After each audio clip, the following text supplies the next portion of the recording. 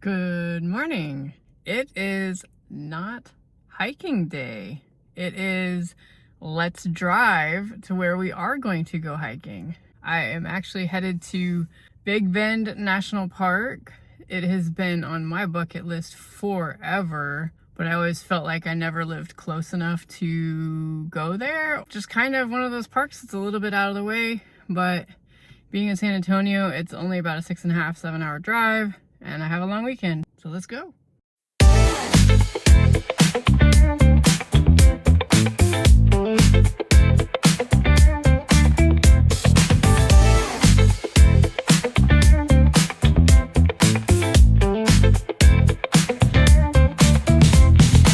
Rolling down the strip with the top peeled back. Sunshine beaming, yeah, the west where it's at. So I'm about 200 miles away from Big Bend National Park. I've driven about 200 miles already, so I'm halfway. I decided to take the southern Highway 90 route out of San Antonio. I guess you can take I-10 and go up north a little bit farther and then cut down south. But I thought Highway 90 looked kind of cool, so I decided to take that. And let me tell you, it is very remote. Once you get out of San Antonio, there's a few small towns, but you go like 80, 90 miles between civilization. And yeah, that's really interesting. Also, for this stretch, probably the last 90 miles or so, I've been right along the border of Mexico. So there's been lots of border patrol and a couple checkpoints. So that's been interesting, but it is very beautiful. It's very rugged. There's lots of canyons and some rock cliffs and stuff that it's pretty scenic, even though there's really not a whole lot else out here.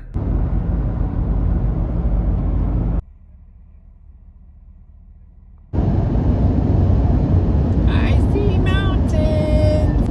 Woohoo!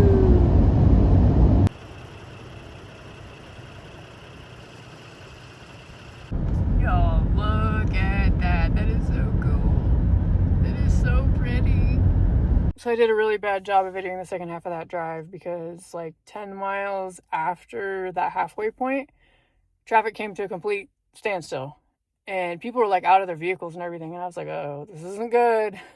And sure enough, there was a guy in front of me who said he'd been there 3 hours because a semi-truck had tipped over and blocked the entire, both lanes. And there was no way around on either side, no shoulder. Like it was a drop off on both sides into a ravine. So, and it took them like forever to get a crane out there because we were literally in the middle of nowhere. So they did get a crane out there, but then it took them another 2 hours to get the truck out of the way so people could pass. So I sat there for about 2 hours.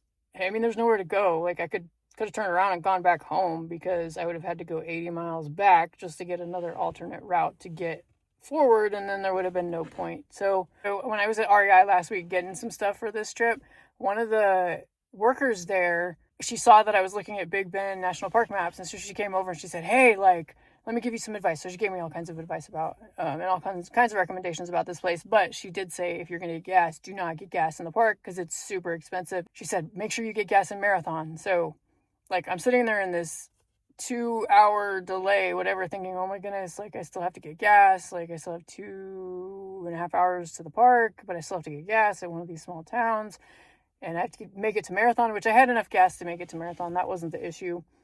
But I was like, I'm going to have to get to Marathon. Well, then there was this other, I can't remember the name of the town. It starts with an S. I'll add it later. There was another town before Marathon that had gas. So I stopped there and got gas because I needed a mental break after that 2.5 hour. So anyways, the whole point of me saying that is if you're going to come to Big Bend, like you have to look at the map and figure out where you're going to get gas and actually plan for delays. So don't like run your tank down to even close to empty. But I got to the park and then like the sun was in my face. And so I'm like, this is not going to make a good video because you're just going to see all this glare off the windshield. And then the last bit of the road coming into the campground was super steep and super windy. So I'm like, nah, I'm not videoing. I got to focus on driving. But I made it. And it is beautiful here. And I'm going to take lots of videos and lots of pictures. So as you can see, like, okay, there's already something right there, which is super cool.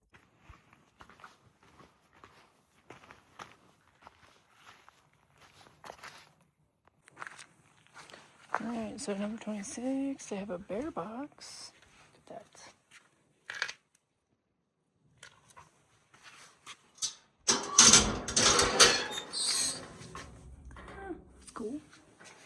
So there's a grill and an overhang picnic table. All right, so I solved the tent problem. There's no flat spots and no good place to stake this out, but look at that. I put it on the concrete and just tied it. So that will work.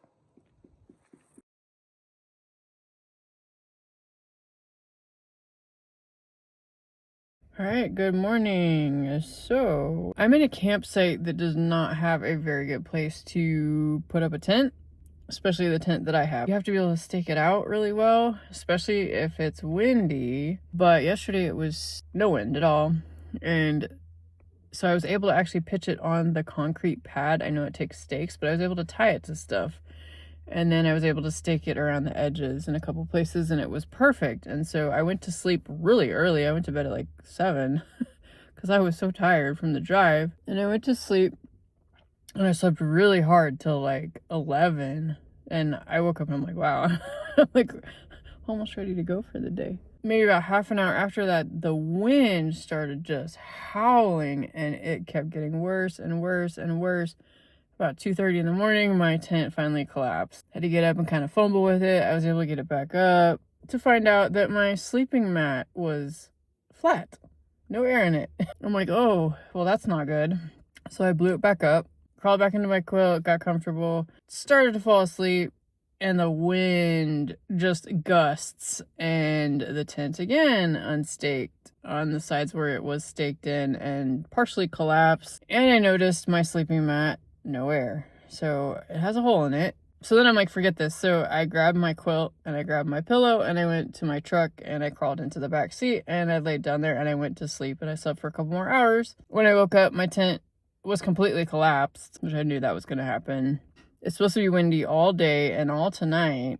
I'm learning that Big Bend National Park is really big, but a lot of the stuff is pretty remote, which I kind of knew it was remote. You know, like you need like a 4-wheel drive, not my 4-wheel drive nice truck. And there's signs everywhere saying, hey, if you go down this road, make sure you can rescue yourself. So I can't rescue myself. So, and also the government shut down. A lot of stuff is not closed, but they're discouraging people from going into certain areas because there's no one to help you if you get lost or stuck. So I'm gonna go check out this window trail.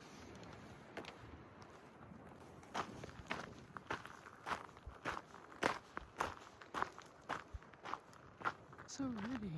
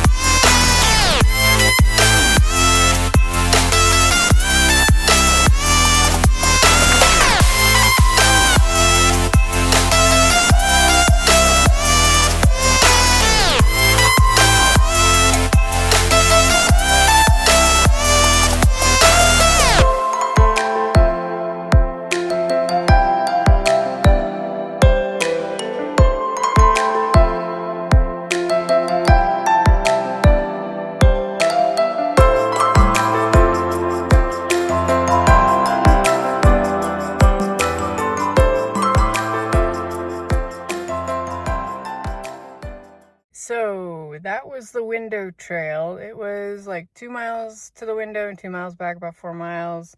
It was what I call a reverse trail. You go down for 2 miles and then you come back up for 2 miles. If you come to Big Bend National Park, you have to do the window trail. Have to. It's categorized as a moderate, and I can see why, because There's some places where it's a little bit steep. You got a little bit of scrambling towards the end to get down to the window, and then coming back, you're going up if you're not used to the altitude. So I can see why it's moderate. But if you were to go out there and take your time, don't go in the heat of the day. It's like 40 degrees right now, so I didn't have to worry about that. But definitely I could see how people get into trouble out there. But definitely worth it. 100% worth it. That was one of the coolest things I've ever seen. And it was worth the trip here just for that.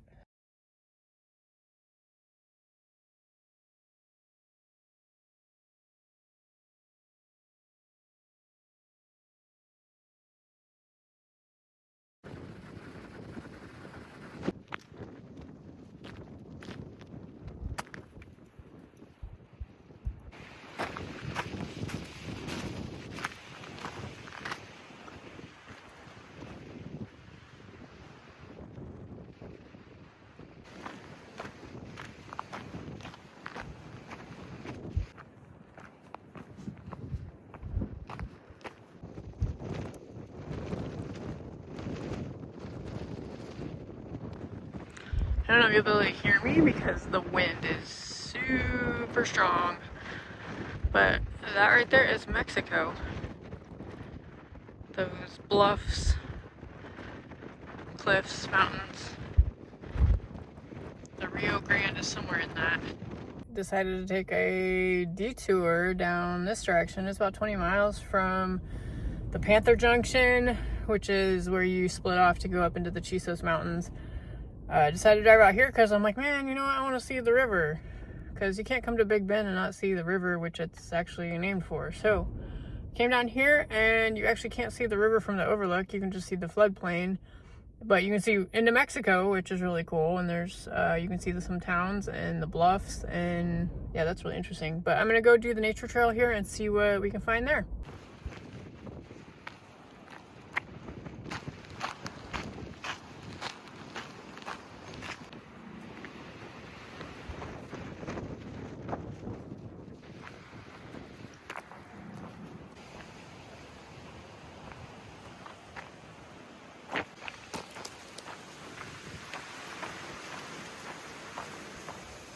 Bridge into the very tall grass.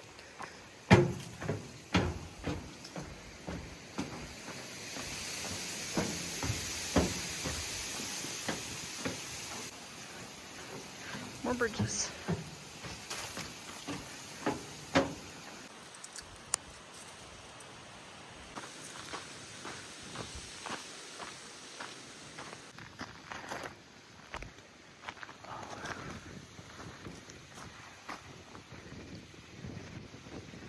I think I'm off the nature trail somehow. And I'm climbing. There's very interesting stuff on this nature trail though. But you can tell we're definitely on the border of Mexico. Because they got stuff set up for sale, like arts and crafts. But it's on the nature trail, so that was kind of weird.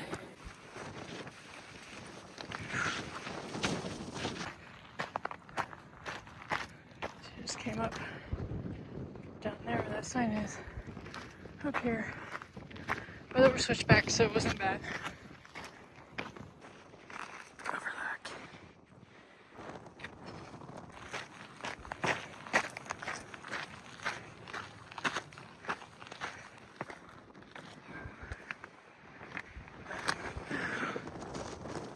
The view.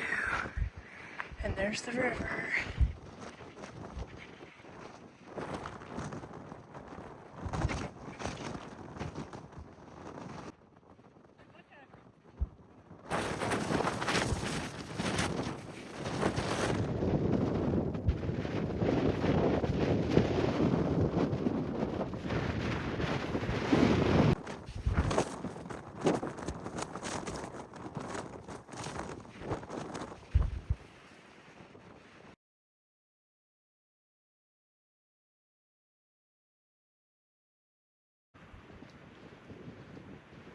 That was the overlook where I was just up on top of.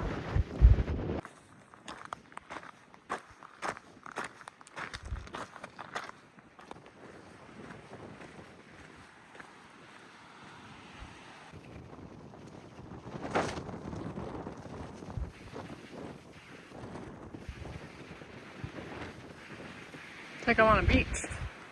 Very sandy. And the trail's not very well marked here. Oh, wow.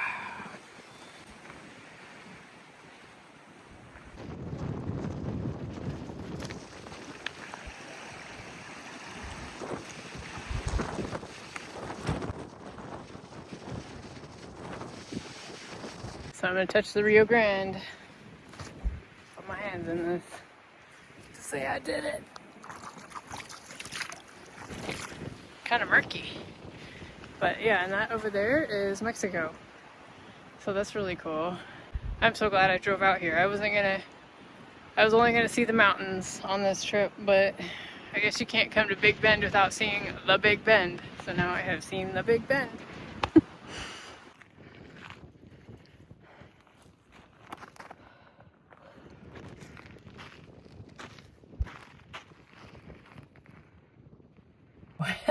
And back in the truck, I didn't talk much out there because it was so windy. So I did the nature trail, but the sign said 0.75 round trip.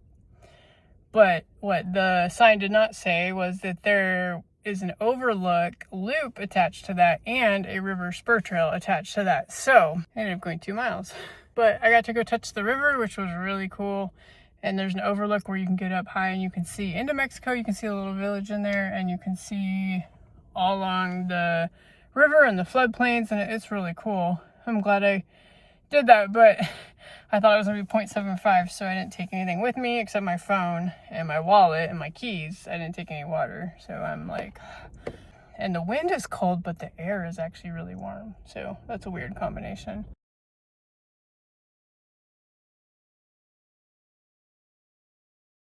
This campsite is not the greatest. It's sufficient. I did figure out how to sleep in my truck tonight comfortably, but I do want to say this. Sitting here chilling for the afternoon with the view that I have, can't beat that. This could be the worst campsite ever, and it would still be good because of the view.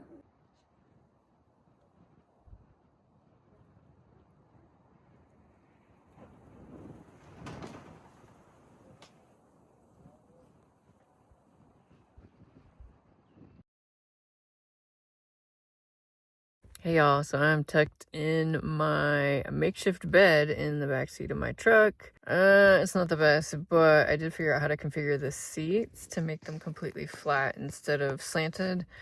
They actually unclip and move around in that arrangement, but the backside of the seats that make the flat spot, I mean, I might as well be sleeping on the concrete, but I did blow up my mat because I was hoping, but the air's already out of it. So yeah, there's a hole. I got to take it back to San Antonio, and I'm probably gonna go dunk it in the swimming pool and see if I can find where the hole is and see if I can patch it, hopefully, because I couldn't see anything earlier when I was looking at it. One of the things I did want to mention is that Big Bend National Park is one of the dark sky places in the world. I don't know how many dark sky places there are, but basically means there's so little light pollution that the skies are absolutely brilliantly clear. And it is true. Like, you can see all the stars and the Milky Way, and everything is just super bright. But I thought it was cool because the Boundary Waters in northern Minnesota is also a dark sky sanctuary. That's the word I was looking for. Dark sky sanctuary. So the Boundary Waters in northern Minnesota is that as well. And I've seen some incredible night skies there, including the Northern Lights, which was cool. I don't think you get that this far south, but worth coming here for the dark sky sanctuary as well, to see the stars and see the constellations. It's so weird to have it so completely dark. Even with people having lights on in their campsite, it's still really super dark.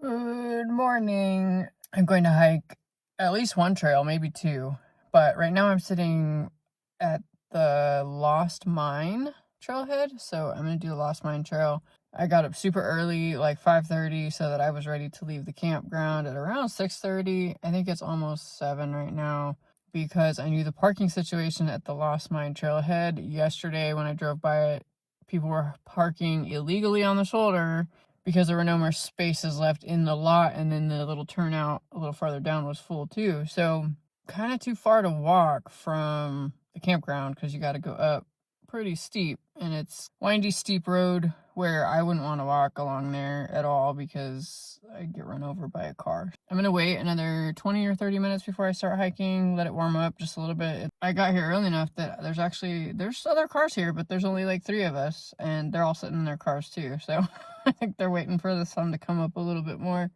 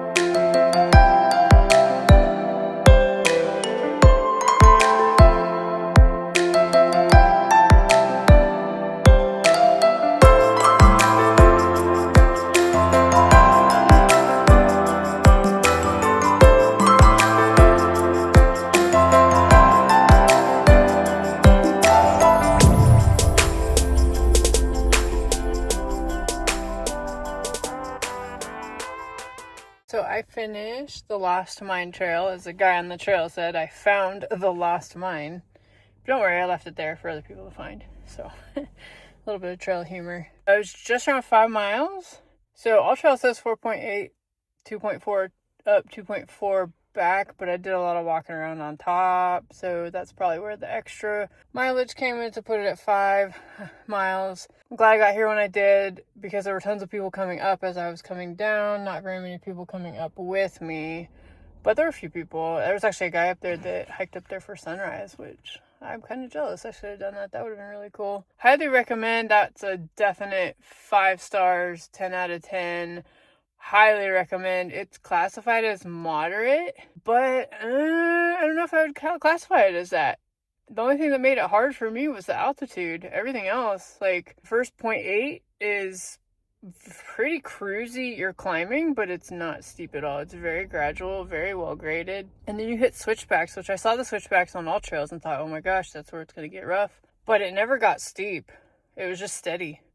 And the switchbacks really help. So you climb slowly, but you climb easily. So I would say it's definitely a moderate, but maybe even in like the high range of an easy, and definitely worth it. The views are spectacular up there and lots of places to just kind of hang out and sit in the sun. I'm going to come back though, because there's several hikes I didn't get to do. I do want to do Emery Peak the next time I come here, and then I want to go to the southwest corner of the park. There's some more stuff there that I want to check out. So I'll definitely have to come back.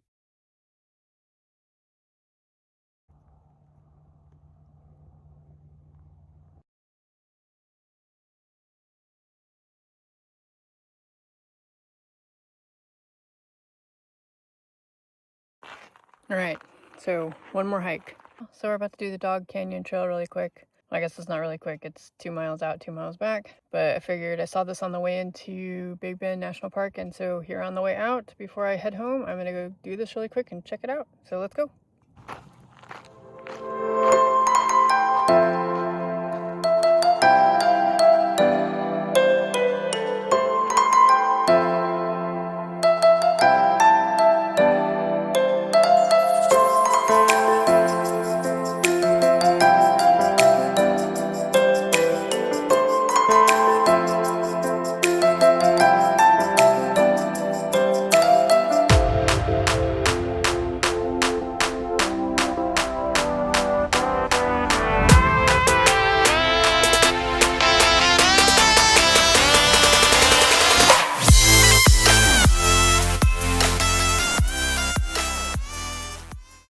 guys, so I am back in San Antonio. I left Big Bend National Park about 1 p.m. yesterday, left later than I intended to because I went on an extra hike and then I couldn't stop stopping to take pictures.